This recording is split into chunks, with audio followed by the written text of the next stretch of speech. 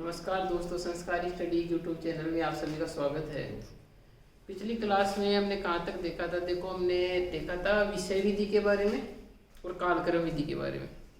विषय विधि का जो है एग्जाम में सिर्फ एक ही प्रकार का क्वेश्चन पुटअप होता है, तो वो होता है कि विषय विधि के लिए किस प्रकार के कोष्टक का प्रयोग किया जाता है। तो वो किया जाता है गोलाकार कोष्टक का। ठीक है, गोलाकार कोष्टक बोल दो, वर्ताकार कोष्टक बोल दो, या गणित की भाषा में बोल दो छोटा कोष्टक बोल दो, तो उसका प्रयोग है वो किसके लिए किया जाता है? विषय विधि के लिए किया जाता है। ठीक है, इसके बाद हमने देखा था कालक्रम विधि। तो जो है कालक्रम विधि है उसके अंदर हमने देखा था सिस्टम और स्पेशल्स के बारे में देखा था कि सिस्टम का निर्माण है वो तो किया जाता है किससे? कालक्रम विधि से, जबकि स्पेशल विशिष्ट वर्गों का निर्माण किया जाता है वो किससे किया जाता है? वर्णक्रम विधि से। ठीक है, अब बात करते हैं सिस्टम की। तो सिस्टम में जैसे एल बी है, एल बी को आयुर्वेदा मतलब B, L B Ayurveda, L है होम्योपैथी, मतलब जो होम्योपैथी है उसका निर्माण है, मतलब उसका जो ट्रीटमेंट होम्योपैथी ट्रीटमेंट है, उपचार विधि, उसका आविष्कार कब हुआ था? 1700 से लेकर के एल का मतलब 1799 तक। ठीक है, मतलब 18वीं शताब्दी में होम्योपैथिक जो उपचार पद्धति है उसका आविष्कार किया गया था। ठीक है, इस प्रकार हमने जो 2 डिवाइसेस पढ़ ली थी, इसके बाद हमारी 4 डिवाइसेस, 4 विधियाँ थी जो बाकी हैं। आज जो है हम पढ़ते हैं किसके बारे में? पढ़ते हैं भौगोलिक विधि के बारे में। ठीक है, इसके बारे में पढ़ते हैं भौगोलिक विधि के बारे में। भौगोलिक विधि,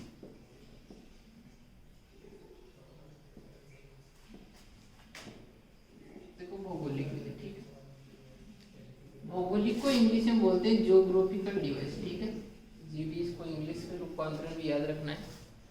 देखो, भौगोलिक विधि का है कि मतलब यह है कि किसी मुख्य वर्ग के साथ, किसी मुख्य क्लास यानी मेन क्लास के साथ, किसी मुख्य वर्ग के साथ यदि भौगोलिक एकलों का प्रयोग किया जाता है, यानी कि किसी मुख्य वर्ग के साथ जब भौगोलिक एकलों का प्रयोग किया जाता है तो वो कौन सी विधि कहलाती है? भौगोलिक विधि कहलाती है। फॉर एग्जाम्पल देखते हैं, कई ऐसी मेन क्लासेज हैं जो जिनके साथ किसका प्रयोग होता है? भौगोलिक विधि का प्रयोग होता है, ज्योग्राफिकल डिवीजन का। जैसे फॉर एग्जाम्पल हम एग्जाम्पल के तौर पर लेते हैं, जैसे मान लो लेते हैं हम इंडियन लॉ। क्या लेते हैं? Indian law. ठीक है, इंडियन लॉ। देखो, इंडियन लॉ कौन सी मेन क्लास के अंतर्गत आता है? जेड मेन क्लास के अंतर्गत। और जो इंडिया है वो इंडिया का नंबर है हम किससे लेंगे? भौगोलिक एकल से लेंगे। तो भौगोलिक मतलब स्पेस आइसोलेट से लेंगे, तो स्पेस आइसोलेट से इंडिया का नंबर कितना मिलेगा? हमें कॉलम क्लासिफिकेशन के अंदर बात करते हैं तो 44 नंबर मिलता है। इस प्रकार से इंडियन लॉ का नंबर बनता है Z44। ठीक है, इसी प्रकार से हम बात करते हैं, जैसे दूसरा एग्जाम्पल लेते हैं इंडियन हिस्ट्री। क्या लेते हैं? Indian history. ठीक है, इंडियन हिस्ट्री। देखो, हिस्ट्री कौन सा मेन क्लास होता है? हिस्ट्री होता है वी मेन क्लास। ठीक है, वी मेन क्लास है वो हिस्ट्री का। हिस्ट्री के जो वी मेन क्लास है उसके साथ जो पी पक्ष है उसमें किसका प्रयोग किया जाता है? ज्योग्राफिकल डिवीजन का। तो मतलब इसका जो पी पक्ष है कहाँ से लाएंगे? स्पेस आइसोलेट से। तो स्पेस आइसोलेट से इंडिया का नंबर कितना बनता है? 44 बनता है। ठीक है, समझ में आया आपका भौगोलिक विधि क्या है? भौगोलिक विधि का मतलब यह होता है कि किसी मेन क्लास के साथ यानी किसी मुख्य वर्ग के साथ यदि ज्योग्राफिकल एकलों का प्रयोग किया जाता है तो वो क्या कहलाती है? भौगोलिक विधि। को किसी मेन क्लास है, इसके साथ ये ज्योग्राफिकल जो एकल हैं, ज्योग्राफिक भौगोलिक एकल हैं या स्पेस आइसोलेट बोलते हैं, इनका प्रयोग किया गया। ठीक है, ये होती है हमारी भौगोलिक विधि। ठीक है, इसके बाद बात करते हैं अध्यारोपण विधि।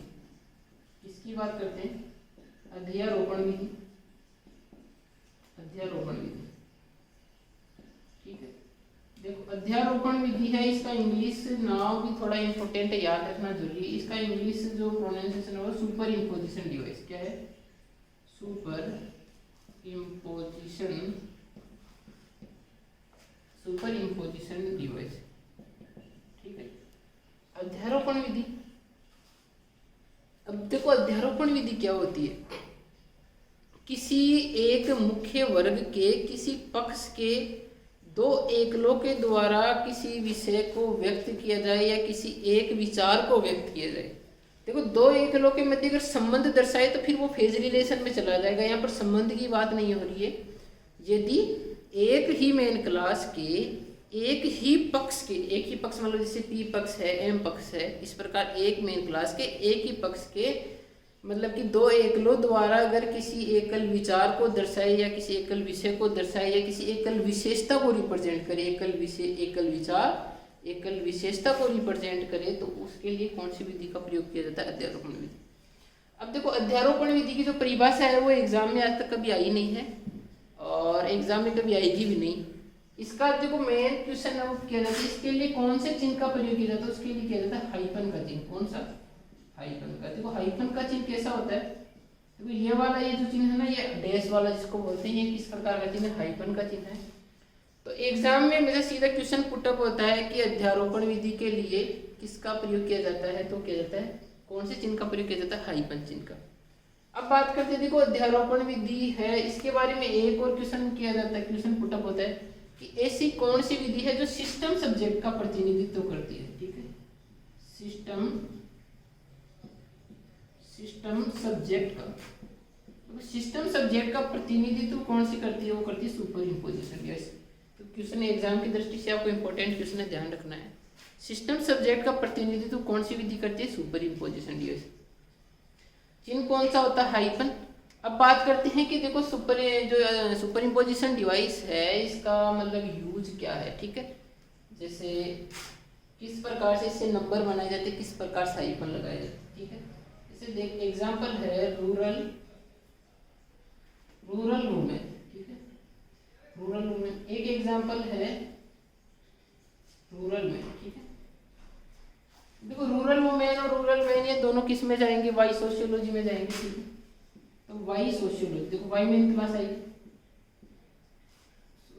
देखो वाई का जो है वुमेन का नंबर कितना बनेगा? वो बनेगा 15। ठीक है, वाई का 15 नंबर बनेगा। रूरल का नंबर इसी पी पक्ष के अंदर बनता है 31, इसका नंबर बनता है 15, इसका नंबर बनता है 31। ठीक है, तो ये दोनों ही पी पक्ष के हैं, एकल विशेषता को, एकल विचार को रिप्रेजेंट करते हैं, इसके लिए हाइफन का चिन्ह लगाएंगे और 31 लिख देंगे, तो ये इसका नंबर बन जाएगा रूरल वुमेन का।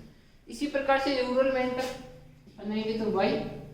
अब मैन के लिए जो है इसमें कॉलन कर, देखो ये जो 15, 16, 31 वगैरह जो मैं ले रहा हूँ वो किससे ले रहा हूँ? कॉलन क्लासिफिकेशन की वाई मेन क्लास में जाओगे तो आपको अच्छी तरीके से मिलेगा, याद करने की जरूरत नहीं है, नए रटने के एग्जाम में नहीं पूछा जाएगा। मैं बता रहा हूँ कि ये जो अध्यारोपण विधि है इसका प्रयोग कैसे किया जाता है। ठीक है, तो वाई मेन क्लास है, वाई के साथ 16 जोड़ेंगे, वो मेन का, और रूरल का कितना है? वही है, रूरल का 31 है। ठीक है, इसके साथ ये 31। ठीक है, इस प्रकार से नंबर बनते हैं। देखो ऐसे नंबर, देखो आपको एग्जाम के अंदर अगला इस प्रकार से भी देकर पूछ सकता है कि इस नंबर के बताओ, इस नंबर में किस विधि का प्रयोग हुआ है। तो वहां पर देखो ये हाइफन का चिन्ह, जो ये डैश का चिन्ह लगा हुआ है, इस चिन्ह के आधार पर आप वहां पर बताओगे कि इसके अंदर अध्यारोपण विधि का प्रयोग हुआ। पहला क्वेश्चन, पहला तो यह हुआ कि आपको सीधा कॉल नंबर दे देगा ये कि इस नंबर में किस विधि का प्रयोग हुआ, तो आप किस प्रकार से बताओगे? अध्यारोपण विधि, क्योंकि ये चिन्ह दिख रहा है इसके आधार पर। दूसरा सीधा क्वेश्चन पुटअप होता है कि हाइफन का जो चिन्ह है उसका प्रयोग कौन सी विधि में होता है, तो वो कौन सी विधि? सुपर इम्पोजिशन डिवाइस, अध्यारोपण विधि। तीसरा, सिस्टम सब्जेक्ट का प्रतिनिधित्व कौन सी विधि करती है, तो वो करती है अध्यारोपण विधि। ठीक है, इसके बाद जो है हम अगली विधि के बारे में बात करते हैं। देखो भौगोलिक विधि हो गई है, अध्यारोपण विधि हो चुकी है। ठीक है, इसके बाद हम बात करते हैं वर्णक्रम विधि। कौन सी विधि? वर्णक्रम विधि।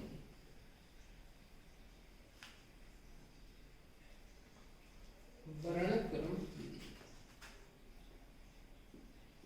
वर्णक्रम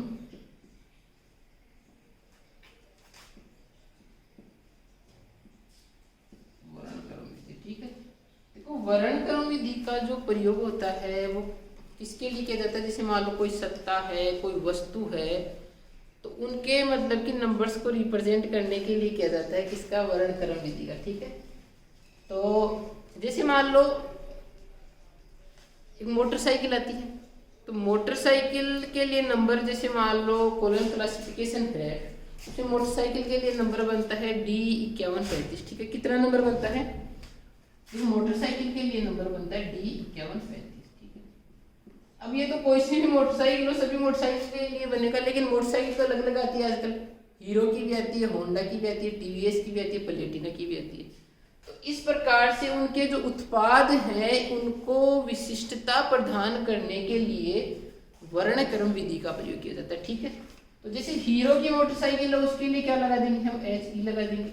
ठीक है, फिर जैसे होंडा की मोटरसाइकिल आएगी तो उसके लिए क्या लगा देंगे, 5135 HO लगा देंगे। ठीक है, इस प्रकार से होंडा की मोटरसाइकिल आ जाएगी। अब बात करें TVS की मोटरसाइकिल तो उसके लिए वो 5135 उसके आगे TV लगा देंगे तो ये TVS की मोटरसाइकिल हो जाएगी। ठीक है, इस प्रकार से मतलब सत्ताओं को उनके वर्गांकों के आधार पर जब विशिष्टता प्रदान करने के लिए किसका प्रयोग किया जाता है, वर्णक्रम विधि का। और एग्जांपल देखना चाहो तो और देख सकते हो, जैसे जे एग्रीकल्चर मेन क्लास होती है, जे एग्रीकल्चर में J381 ये किसका होता है, चावल का होता है। किसका है ये, अब चावल का। अब बात करें अगर मैं चावल में बात करूं बासमती चावल की, कौन से चावल की, बासमती चावल। अब देखो बासमती चावल है उसके लिए, अब देखो चावल कोई सा भी हो उसके लिए J381 नंबर यूज होता है। लेकिन अब बात आ जाए बासमती चावल की, तो बासमती के लिए कौन सा यूज करेंगे हम, B यूज करेंगे। इसके अलावा देखो जैसे मान लो सोनालिका चावल, कौन सा जाए, सोनालिका चावल। ठीक है, अब देखो सोनालिका चावल के लिए कितना बनेगा, देखो चावल के लिए तो वही J381 है, और सोनालिका के लिए सोनालिका का जो फर्स्ट वर्ड है शब्द का वो लगा देते हैं S। ठीक है, तो मतलब वर्णक्रम विधि में क्या होता है कि कोई जिसी भी मतलब की हेडिंग का टाइटल का अगर हम नंबर बनाते हैं तो उस टाइटल के फर्स्ट लेटर का जो है यूज करते हैं। अगर फर्स्ट लेटर से भी मतलब उनको अलग अलग नहीं किया जाए तो फिर सेकंड प्रथम 2 का प्रथम 3 लेटरों तक हम यूज कर सकते हैं। देखो डॉक्टर रंगनाथन जी ने भी वर्णक्रम विधि के लिए कहा है, डॉक्टर रंगनाथन ने वर्णक्रम विधि के लिए कहा है कि जब तक अन्य विधियों से वर्गांक को विशिष्टता प्रदान नहीं हो जाए तभी इसका प्रयोग करें। कि अन्य विधियों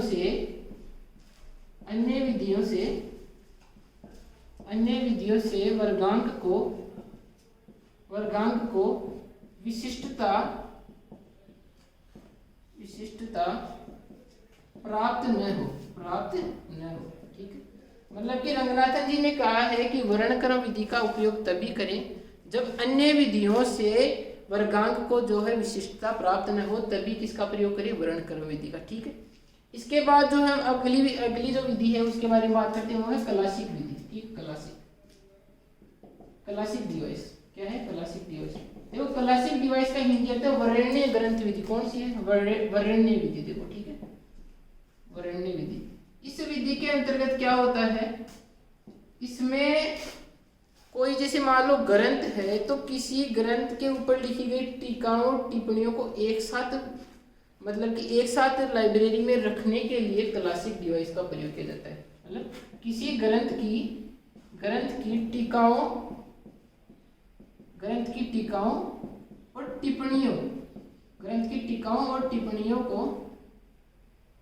एक साथ रखने के लिए किसका प्रयोग किया जाता है, वो किया जाता है क्लासिक डिवाइस का। ठीक है, देखो एग्जाम में इसका सीधा क्वेश्चन पुटअप होता है तो वो यही होता है कि क्लासिक डिवाइस जो है उसका प्रयोग किस लिए किया जाता है, तो वो किया जाता है किसी ग्रंथ के ऊपर लिखी गई जो टीकाएं हैं टिप्पणियों को है एक साथ रखने के लिए वर्ण्य ग्रंथ विधि का प्रयोग किया जाता है। केवल इसका इतना ही ध्यान रखना, इसका आज तक इतना ही क्वेश्चन है। अल्फाबेटिकल विधि है, इसको जो वर्णक्रम विधि है इसको अल्फाबेटिकल डिवाइस बोलते हैं, AD से रिप्रेजेंट करते हैं। तो इसमें क्या होता है, किसी टाइटल के फर्स्ट लेटर से उस वर्गांक को विशिष्टता प्रदान की जाती है। और रंगनाथन जी ने कहा है कि इस विधि का प्रयोग तभी करें जबकि अन्य विधियों के द्वारा वर्गांक को विशिष्टता न प्रदान की जाए, तभी किसका प्रयोग करें, वर्णक्रम विधि का।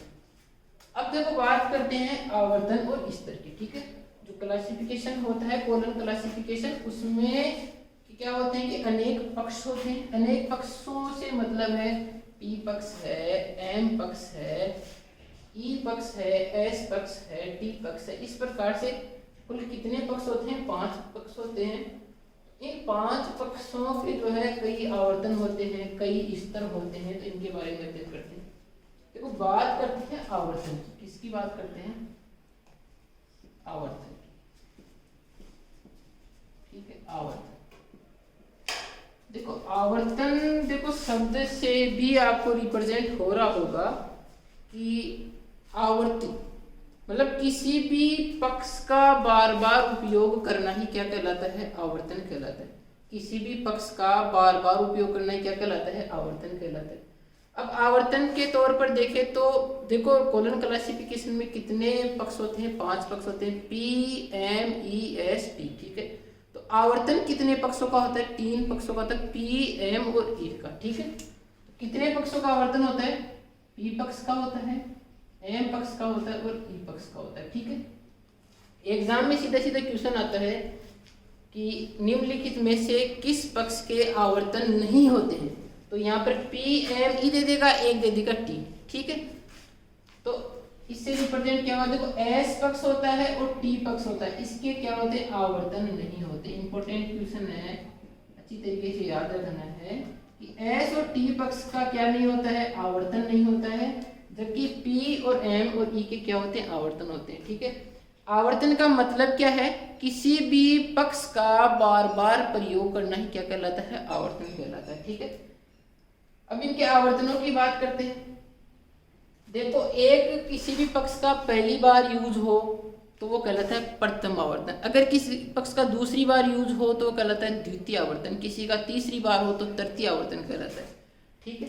अब देखो इसको रिप्रेजेंट किस प्रकार से करते हैं, देखो 1p से करते हैं, 1p या p से करते हैं प्रथम आवर्तन को, किसको करते हैं, प्रथम आवर्तन।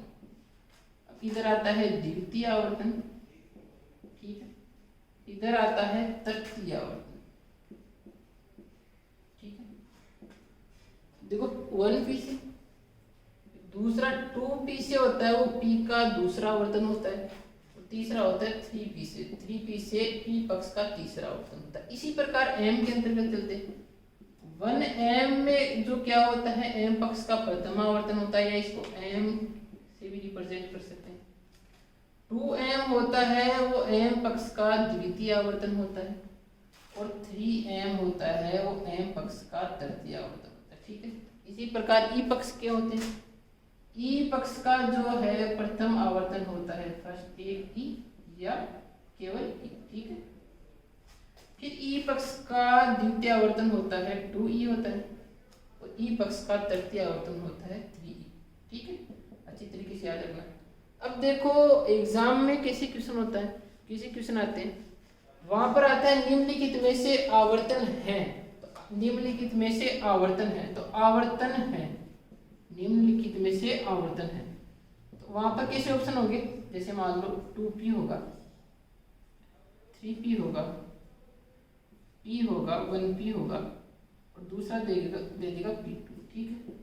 देखो ये भी आवर्तन होता है, ये भी आवर्तन होता है, ये भी आवर्तन, लेकिन ये जो P2 है ना, ये किसको रिप्रेजेंट कर रहा है, ये कर रहा है स्तर को, ठीक है। आवर्तन के बाद में भी स्तर की चर्चा करेंगे। तो इस प्रकार से क्वेश्चन होता है। तो निम्नलिखित में से आवर्तन, सॉरी क्वेश्चन ऐसे आएगा, आवर्तन नहीं है, निम्नलिखित में से आवर्तन नहीं है, तो ये आवर्तन, देखो ये भी आवर्तन है, ये भी है, ये भी है, तो आवर्तन कौन सा वाला नहीं है, ये क्या है, ये इस तरह, ठीक है। आवर्तन में इंपॉर्टेंट ये है कि इन जो ये सभी ग्रीक, ये जो सभी इंडो अरेबिक जो संख्याएं होती हैं, वो रोमन संख्याओं के पहले आती है। मतलब इंडो अरेबिक संख्याओं का यदि पहले यूज हो किसी भी पक्ष से, मतलब किसी भी पक्ष से इंडो अरेबिक संख्याओं का अगर पहले यूज होता है तो वो आवर्तन में गिना जाता है, ठीक है। 2p, 3p, 1p, ठीक है। मतलब देखो इंडो अरेबिक संख्याओं का पहले यूज हो रहा है, इसलिए ये किन में गिने जाएंगे, आवर्तन में गिने जाएंगे। इस तरह में क्या होता है कि हमेशा जो इंडो अरेबिक संख्याएं होती हैं उनका बाद में यूज होता है, ठीक है। इस मतलब प्रत्येक पक्ष के बाद में, जैसे t1 तो t के बाद 1 आ रहा है, ठीक है। अभी इस तरह के बारे में बात करते हैं। तो आवर्तन का मतलब किसी भी पक्ष का बार बार उपयोग आवर्तन कहलाता है। p के 3 क्या होते हैं, आवर्तन होते हैं, 1p, 2p, 3p, और इसके m पक्ष के होते हैं 1m, 2m, 3m और 1e, 2e, 3e, ठीक है। इसी प्रकार देखो ये इंपॉर्टेंट है, s और t के आवर्तन नहीं होते, इनके क्या होते हैं, केवल स्तर होते हैं। अब बात करते हैं स्तरों की, ठीक है। इनकी बात करते हैं, स्तरों की बात करते हैं कि कौन कौन से पक्षों के स्तर होते हैं, कौन कौन से पक्षों के स्तर नहीं होते हैं। तो इनकी बात करते हैं। देखो बात करते हैं स्तर, इसकी बात करते हैं, स्तर की बात करते हैं। देखो स्तर जैसे ये नहीं होता क्या, पहला स्तर, दूसरा स्तर, तृतीय स्तर, इस प्रकार से क्या होते हैं, स्तर होते हैं। ठीक है, तो देखो इम्पोर्टेंट इसकी परिभाषा वैसे कोई इम्पोर्टेंट नहीं है।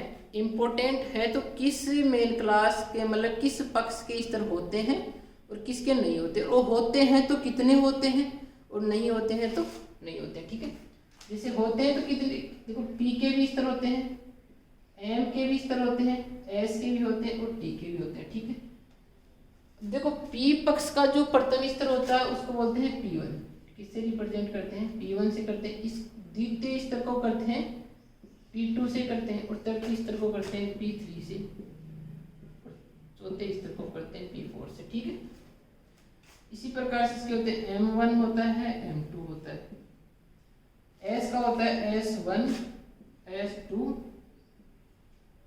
S2, S3 और S4। ठीक है, इसी प्रकार टी से होते हैं T1 और T2। ठीक है, मतलब इस तरह की बात करी जाए तो P के कितने स्तर हो रहे हैं, 4 स्तर हो रहे हैं, P1, P2, P3, P4। देखो इस तरह ये P1, P2, P3 वाला फॉर्मूला है वो ओलिट्रेचर मेन क्लास का भी है, ध्यान रखना है।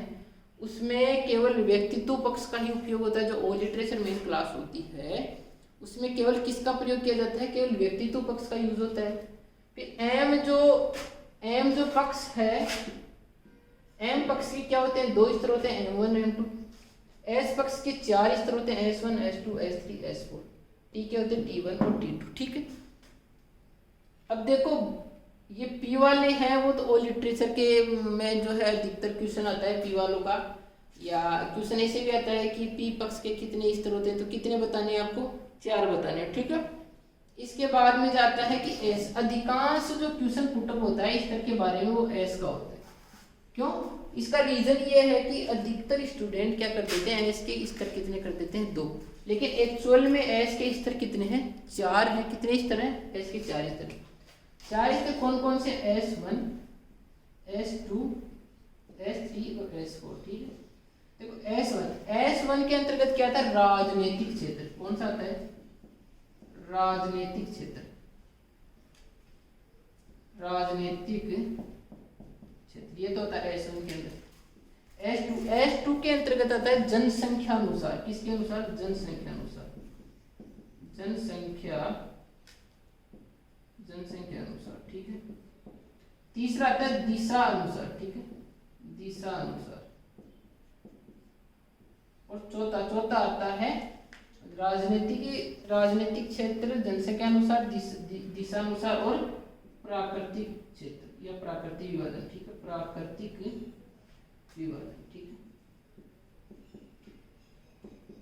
अब बात करते हैं, देखो राजनीतिक क्षेत्र की बात करें तो इसके अंतर्गत विभिन्न देशों के नाम आते हैं, जैसे महाद्वीपों के नाम, एशिया है, यूरोप है, महाद्वीपों के नाम, देशों के नाम, ये किस में आते हैं, राजनीतिक क्षेत्र में आते हैं। देखो जनसंख्या अनुसार से मतलब है कि देखो एक से मान लो बात करें जयपुर की, तो जयपुर की बात करें तो एक तो जयपुर ग्रामीण वाला एरिया हो गया, एक हो गया जहां पर जनसंख्या घनत्व सर्वाधिक है। तो इसमें क्या होता है, देखो जनसंख्या अनुसार विभाग का प्रयोग किस विधि से करते हैं, वर्णक्रम विधि से। जनसंख्या अनुसार विभाग में किस विधि का प्रयोग किया जाता है, वर्ण। जैसे मान लो फिलहाल, जैसे मान लो कॉलेज क्लासिफिकेशन के अंदर जयपुर का नंबर है 44, 37, 51। सपोज दैट 51 नहीं है, यहाँ पर कुछ अलग डिजिट होगा, लेकिन मान लो कि जयपुर का नंबर ये है 44, 37, 51 है, तो जनसंख्या अनुसार अगर विभाग निर्मित करना है तो जयपुर का फर्स्ट लेटर लगाएंगे जे। ठीक है, तो वो किसको रिप्रेजेंट करेगा, जयपुर की जहाँ पर सर्वाधिक जनसंख्या है। ठीक है, जयपुर की जहाँ पर सर्वाधिक, जयपुर सिटी की बात कर रहा है जहाँ पर जनघनत्व सर्वाधिक है। मतलब इस जे को मतलब जयपुर जिले का जो फर्स्ट लेटर है उसको लगाने से वो जनसंख्या अनुसार विभाग बनता है। इसमें इम्पोर्टेंट यही है कि जो जनसंख्या अनुसार विभाग है इसमें कौन सी विधि का प्रयोग करते हैं, वर्णक्रम विधि का, क्योंकि हम उसके जिले के नाम के फर्स्ट लेटर से उसको रिप्रेजेंट करें। ठीक है, दिशा अनुसार, देखो दिशा अनुसार बात करें, जैसे मान लो पश्चिमी राजस्थान है, पूर्वी राजस्थान है, पूर्वी जयपुर है, पश्चिमी भारत है, दक्षिणी भारत है, इस प्रकार से जो ये नाम होते हैं दिशानुसार, तो उनके लिए जो है ये S3 वाला जो स्तर है वो डेवलप किया गया। S4 वाला होता है प्राकृतिक विभाजन। प्राकृतिक विभाजन में जैसे जंगल है, जंगल होते हैं, नदियां होती हैं, या कोई जो डेल्टा होता है, ये सभी क्या आते हैं प्राकृतिक क्षेत्रों के अंतर्गत आते हैं। तो इस प्रकार से कितने स्तर दिए गए हैं, एस पक्ष के 4 स्तर हैं, ठीक है। जबकि जो 6th एडिशन था उसमें तो T1 T2 और S1 S2 ही थे। एस पक्ष के अगर एक क्वेश्चन एग्जाम में है कि 6th एडिशन के अंदर मतलब एस पक्ष के कितने स्तर थे, तो 2 थे, S1 और S2। लेकिन जो 6th रीप्रिंट है उसमें एस पक्ष के 4 स्तर कर दिए गए हैं, ध्यान रखना है। फिर बात करते हैं T1 और T2 की। किसकी बात करते हैं, T1 और T2 की, ठीक है। देखो T1 और T2, देखो T1 में जो समय आता है वो आता है ईयर का, यानी वर्ष। ईयर है आपके, जैसे ईयर होते हैं, शताब्दियां होती हैं, दशक होते हैं, उनके लिए जो है T1 यूज होता है। और ये किससे आता है, टाइम आइसोलेट से। जो टाइम आइसोलेट मैंने पिछली क्लास में पढ़ा चुका हूँ, ABC ईसा पूर्व, ईसा के बाद, कि ईसा पूर्व के समय के लिए किस प्रकार से जो है समय को रिप्रेजेंट करते हैं, ईसा के बाद के समय को किस प्रकार से रिप्रेजेंट करते हैं, रंगनाथन के जन्म को किससे रिप्रेजेंट करेंगे, M92 से, ठीक है। ये सब मैंने पिछली क्लास में बताया था आपको, तो इम्पोर्टेंट है, वो भी ध्यान रखना, क्योंकि एग्जाम में अधिकतर पूछा भी जाता है T1 से क्वेश्चन। सीधा सीधा ये आता है कि मेलविल के जन्म का नंबर बनाइए कोलन क्लासिफिकेशन के अनुसार, तो कितना बनेगा, M51 बनेगा, ठीक है। कोई सा भी पूछ सकते हैं, भारत का स्वतंत्रता दिवस देख लो, गणतंत्र दिवस देख लो, मतलब किसी प्रकार से अगला सन देकर भी पूछ सकता है, ठीक है। इसके अलावा आता है T2 के अंतर्गत आते हैं जैसे ऋतुएं होती हैं, ऋतुएं हैं, और जैसे डे होते हैं, नाइट होते हैं, गोधूली वेला होती है, ये सब किस में आते हैं, ये आते हैं इसी T2 के अंतर्गत, ठीक है। इसके बाद में हम बात करते हैं, अगली क्लास के में हम बात करेंगे दशा संबंधों की, ठीक है। तो दोस्तों आज की क्लास के लिए इतना ही, धन्यवाद।